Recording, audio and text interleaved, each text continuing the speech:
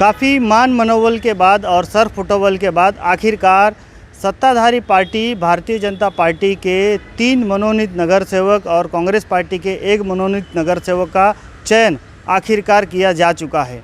Bharatiya Janata party की ओर से भगवती दुगनचंद शर्मा, अनिल बाबूराव भोसले और अजीत भगवान पाटिल को मनोनीत नगर सेवक के लिए चुना गया है, तो वहीं कांग्रेस पार्टी की ओर से एडवोकेट एस.ए. खान को मनोनीत नगर सेवक के लिए चुना गया है। लेकिन शिवसेना के उम्मीदवार विक्रम प्रताप सिंह का चयन अभी भी अधर में लटका हुआ है और उस पर निर्णय आना भी बाकी है और हाईकोर्ट में यह मामला चल रहा है। कुछ दिनों पहले हमने मीरा भाईंदर शहर की विधायिका गीता जैन जी से इस मामले पर उनकी प्रतिक्रिया जानी चाहिए थी, तो आइए सुनते हैं कि उन्होंने क्या कहा था उस समय इस मामले पर। मीरा भाईंदर महानगर पालिका के चुनाव 2017 में हो चुके हैं और लगभग 3 साल बीत चुका है। इसके बावजूद भी आज तक मनोनीत नगर सेवकों का चयन हुआ नहीं है। अब जाकर जब मनोनीत नगर सेवकों का चुनाव हुआ और जिन सदस्यों के नाम दिए गए उसमें शिवसेना के एक सदस्य को सत्ताधारी भाजपा ने आपत्ति जताते हुए उनका नगर सेवक पद रद्द करने की मांग की, तो वहीं मीरा भाईंदर शहर की विधायिका गीता जैन जी ने नगर विकास मंत्रालय में एक पत्र देकर सभी नगर सेवकों का चयन रद्द करने की मांग की। तो आइए आज हम जानते हैं कि उन्होंने किस मुद्दे पर नगर विकास मंत्रालय में शिकायत की और मनोनीत नगर सेवकों के चयन को चुनौती दी है। जो बीजेपी ने जो आपत्ति जताई है वो तकनीकी मुद्दे पर आपत्ति जताई है कि जो भी मनोनीत नगर सेवक होते हैं वो महानगर पालिका का ठेकेदार नहीं होना चाहिए, क्योंकि विक्रम प्रताप सिंह महानगर पालिका का ठेका ले चुके हैं। तो उनका कहना है कि हमने जो मुद्दा उठाया है वो तकनीकी मुद्दा है। इस बारे में क्या कहेंगे? मैं वही कहती हूँ कि विक्रम जी ने उस पद से उन फाउंडेशन से इस्तीफ़ा दे चुके थे। मैंने कहा ही कि अगर ऐसी कोई बात होती तो क्या आयुक्त इतने समझदार नहीं है? हमारे आयुक्त IAS है और बहुत डैशिंग है। क्या उनको पता नहीं था कि ये मुद्दे पे डिस्क्वालिफिकेशन होता है? बल्कि उन्होंने ये जब मुद्दा उठाया तब वापस मीटिंग बुलाई गई और उस मीटिंग में ये क्लैरिफिकेशन दिया गया है उनको। तो ये तकनीकी मुद्दा जो है वो पहले ही चर्चा में आ चुका है और उसका क्लैरिफिकेशन आयुक्त दे चुके हैं। उसके बाद उनको सही लगा इसलिए उन्होंने मनोनीत किया। देखा जाए तो महानगर पालिका अधिनियम कहता है कि जैसे ही महानगर पालिका के चुनाव होते हैं और सदस्यों की नियुक्ति होती है उसके 1 महीने के भीतर ही मनोनीत नगर सेवकों का भी चुनाव होना चाहिए। लेकिन पिछले 3 साल बीत चुके हैं, उसके बावजूद भी अभी तक मनोनीत नगर सेवकों का चयन नहीं हुआ है। तो क्या ये सिर्फ राजनीतिक कारणों से हुआ है या व्यक्तिगत कारणों से किसी एक व्यक्ति के कहने पर किया जा रहा है, ऐसा एक चर्चा शहर में हो रही है? इस बारे में क्या कहेंगे? सब कुछ आपने ही कह दिया है कि नियम बाहर 1 महीने के अंदर होना चाहिए, 3 साल तक नहीं होता है। मैंने नहीं कहा, ये आप ही ने कह दिया है। तो मैं वही कहना चाहती हूँ कि बहुमति के आधार पर सभी नियमों को तोड़ना ये परंपरा चली आ रही है, तो उसे कहीं ना कहीं तो रोकना है हमें। अब आपने ही कह दिया कि 1 महीने के अंदर होना चाहिए था, क्यों नहीं हुआ? तो किसी एक व्यक्ति के किसी एक इंटरेस्ट के खातिर अगर हम पूरे नियम ही ताक पे रख देते हैं, 3 साल तक हम मनोनीत नगर सेवकों के चुनाव ही नहीं करते, रीज़न पूछिए ज़रा। इसके पहले 2.5 साल हमारे डिम्पल जी महापौर थे, उन्होंने ये विषय क्यों नहीं लिया? ये अधिकारी महापौर का है, उन्होंने समय पे ये विषय क्यों नहीं लिया? अब जाके 3 साल के बाद उनको ये विषय लेने की क्या ज़रूरत आ पड़ी? क्यों अभी लिया? ये सब के रीज़न आप पूछिए उनसे, सत्ताधारी से, कि ऐसी क्या बात थी जो आपने 3 साल तक ये मनोनीत के आपने चुनाव नहीं लिए?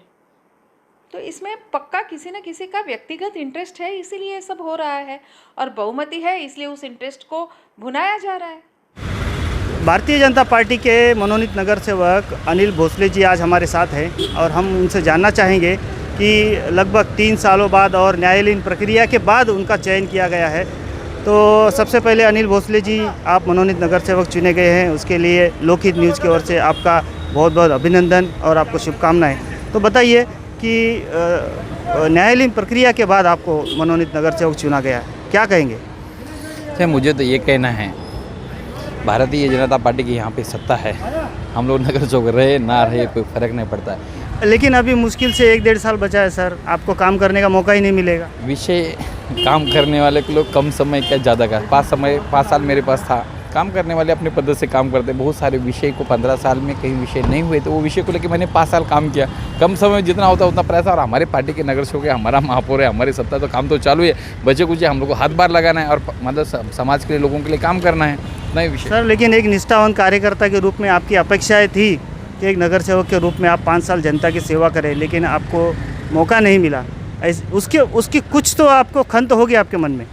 अगर खंत रहती तो काश सीट नहीं छोड़ते, और जितने लोगों ने अगर टिकट कटने का तो भाग गए, वैसा हम भी भाग गए होते।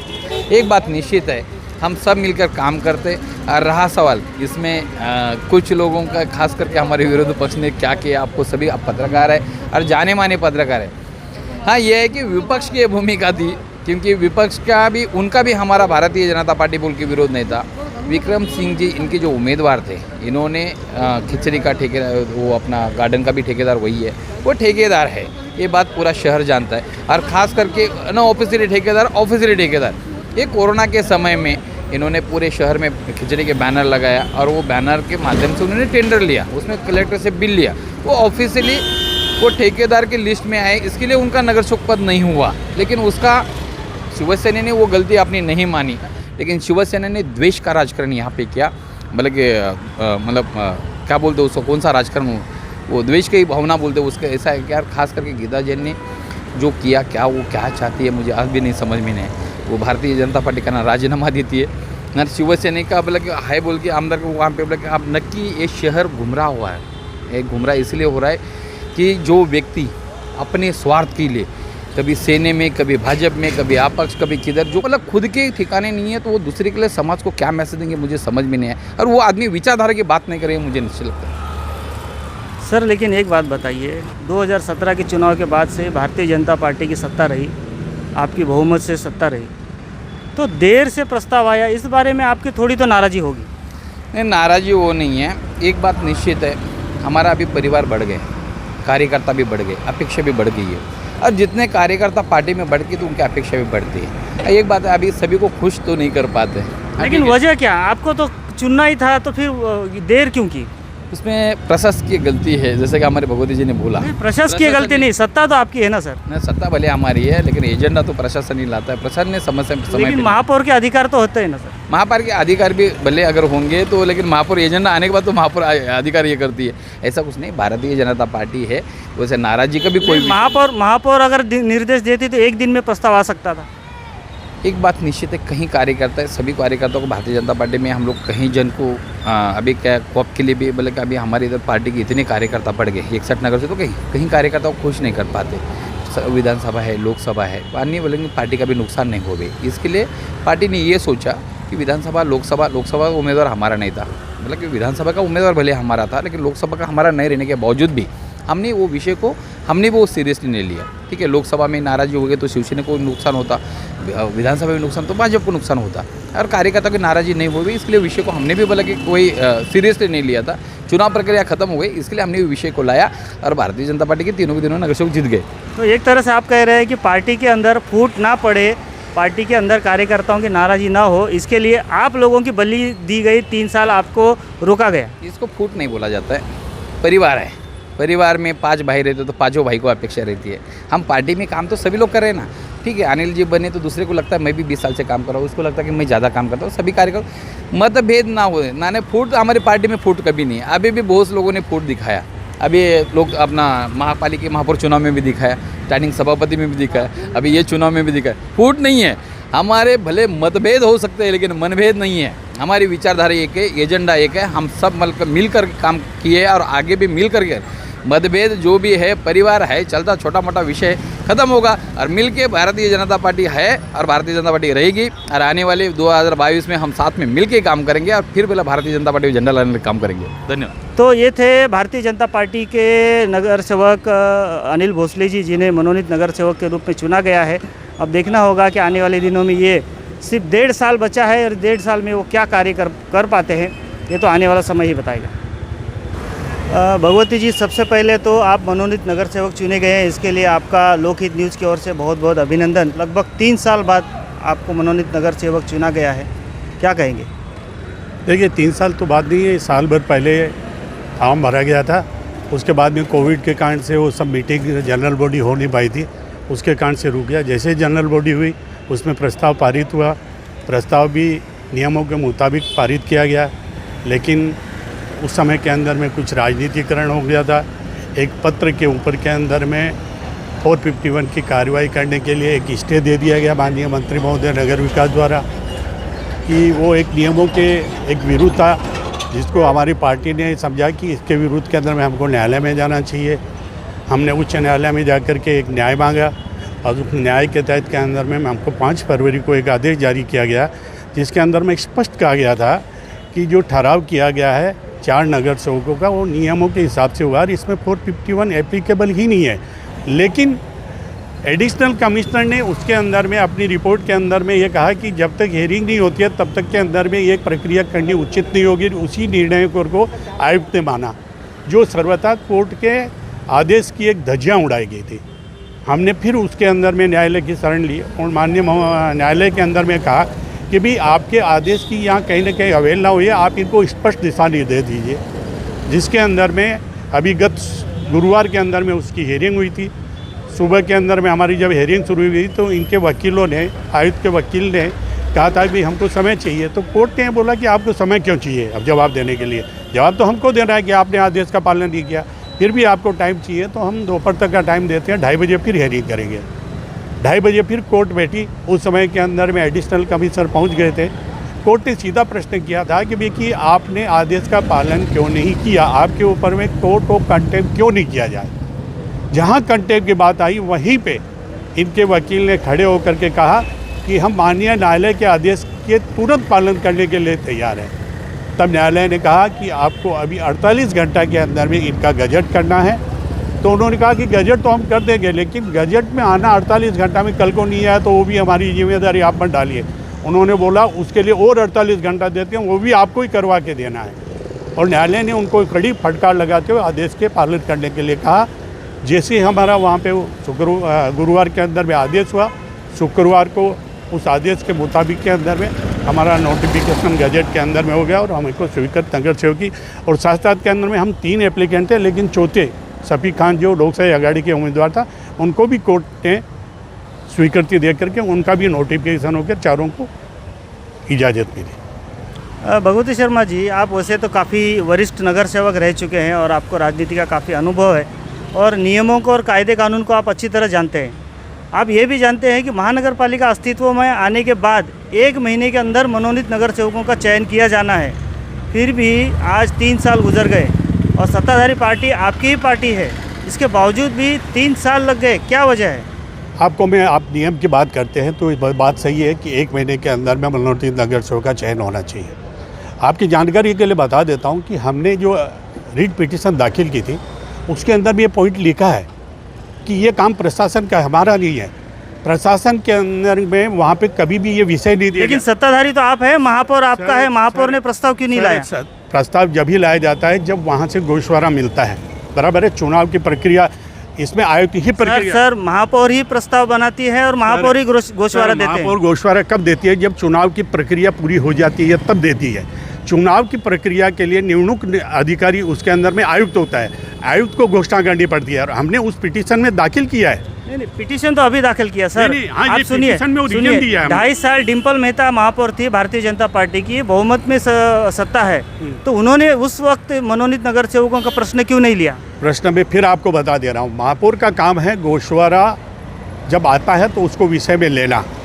लेकिन ये गोशवारा कब आता है आपको बता दूं, पहले चुनाव की प्रक्रिया शुरू करनी पड़ती है, उसके अंदर में फॉर्म देने की, फॉर्म एक्सेप्ट करने की, स्क्रूटनी की, ये प्रक्रिया महापौर नहीं करते हैं, सत्ताधारी पक्ष नहीं करता है, ये काम माननीय आयुक्त करता है, जिस पे उन्होंने ही ये प्रक्रिया शुरू नहीं की और इसका एलिगेशन में हमने पिटीशन के अंदर दाखिल किया है। लेकिन महापौर निर्देश दे सकते थे, निर्देश दिया समय समय पे, लेकिन उन्होंने पालन नहीं किया। मैं वही तो आपको बताना चाहता हूँ कि हमारी पिटीशन में इसका भी उल्लेख है कि माननीय आयुक्त प्रशासन ने समय समय पे ये प्रक्रिया बोलने के बावजूद ही कि हमको तो ऐसा लगता है उनका भी ऐसा निर्देश था कहीं से कि भी इसको समय पे लागू नहीं करना है। हमने उसके ऊपर में भी आक्षेप लिया पिटीशन में। तो ये कहना सरासर गलत है कि सत्ताधारियों ने नहीं किया। सर अभी आप मनोनीत नगर से चुने गए हैं, लेकिन मुश्किल से 1-1.5 साल बचा है, क्या कार्य करेंगे आप?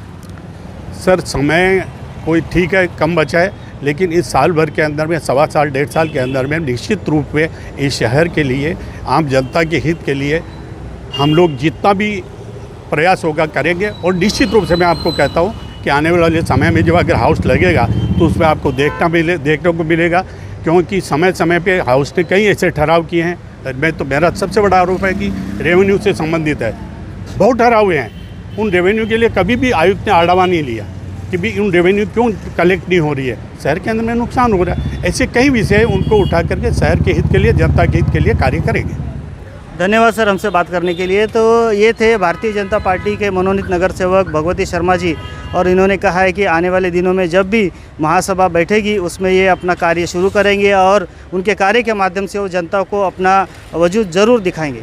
इस पूरे मामले पर संघ से जुड़े हुए भारतीय जनता पार्टी के वरिष्ठ कार्यकर्ता डॉक्टर सुरेश येवले जी से भी हमने उनकी प्रतिक्रिया जानी चाहिए, तो उन्होंने फ़ोन पर हमें प्रतिक्रिया देते हुए क्या कहा, आइए सुनते हैं। हेलो, हाँ बोलिए ना। डॉक्टर येवले जी। हाँ बोलिए बोलिए। सर, आप बीजेपी के काफ़ी निष्ठावान कार्यकर्ता रह चुके हैं और भारतीय जनता पार्टी के कई महत्वपूर्ण पदों पर कार्य कर चुके हैं। अभी ये जो भारतीय जनता पार्टी के 3 स्वीकृत नगर सेवकों का चयन हुआ है, मनोनीत नगर सेवकों का, इस बारे में आपकी क्या राय है? एक्चुअली चुनाव के तुरंत बाद ये प्रक्रिया पूरी होनी चाहिए थी, और ये जो बुद्धिजीवी लोगों को शहर के हित में सेवा करने का मौका मिलना चाहिए, इसके लिए प्रोविजन सरकार ने कर रखी है। पर यहाँ के स्थानिक नेता ने अपने राष्ट्रीय स्वार्थ के चलते हुए लोगों को, बुद्धिजीवी लोगों को, वकील, डॉक्टर, प्रशासकीय सक्षम लोगों को इस मौके से वंचित रखकर शहर का नुकसान किया है। ये जो अभी मनोनीत नगर सेवकों का चयन हुआ है वो 3 साल बाद हुआ है, तो इस बारे में आप क्या कहेंगे? इस बारे में यही कह रहा हूँ कि भी अपने राजनीतिक स्वार्थ के चलते और कार्यकर्ताओं की नाराजगी के डर से इस प्रक्रिया को प्रलंबित कर इतने दिन शहर के बुद्धिजीवी लोगों को, सक्षम लोगों को इस सेवा से वंचित रखने का काम, और शहर इस लोगों से सेवा से वंचित रह गया। अच्छा, सीधी सी बात है ना, नहीं तो वजह क्या है? अच्छा। सरकारी प्रोविजन है तो तुम लोग नियुक्ति नहीं करते हो, आपके पास सक्षम कार्यकर्ता होते हुए भी उनको नियुक्ति नहीं करना, कहीं ना कहीं अपना राजकीय स्वार्थी है ना। धन्यवाद डॉक्टर येवले जी, हमसे बात करने के लिए धन्यवाद। ओके, धन्यवाद। इस प्रकरण में माननीय उच्च न्यायालय ने हस्तक्षेप देने के बाद ये चुनाव हुआ है और न्यायालय ने मीरा भाईंदर महानगर पालिका प्रशासन को 48 घंटे की मोहलत दी थी कि 48 घंटे के अंदर इन नगर सेवकों का गैजेट किया जाए और उनके नामों की घोषणा की जाए, अन्यथा महानगर पालिका प्रशासन पर माननीय उच्च न्यायालय कंटेम्प्ट ऑफ कोर्ट का केस करेगी। लेकिन सबसे बड़ा सवाल ये उठता है कि अब सिर्फ लगभग 1.5 साल ही बचा है मीरा भाईंदर महानगर पालिका चुनाव में, तो अब इस 1.5 साल में आखिरकार ये नगर सेवक क्या काम कर पाएंगे? तो बेचारे जो नगर सेवक बनने के आस पर इतना वक्त निकाल चुके हैं, उनके लिए एक शेर याद आता है कि बड़े बेआबरू होकर हम तेरे कूचे से निकले, बहुत निकले मेरे अरमान, मगर फिर भी ये कम निकले। तो यही हाल इन नगर सेवकों का हुआ है। तो इसी तरह की देश दुनिया की और खबरों को देखने के लिए आप बने रहिए हमारे साथ और देखते रहिए लोकहित न्यूज़ चैनल, और हमारे चैनल को सब्सक्राइब करना भी ना भूलें। धन्यवाद।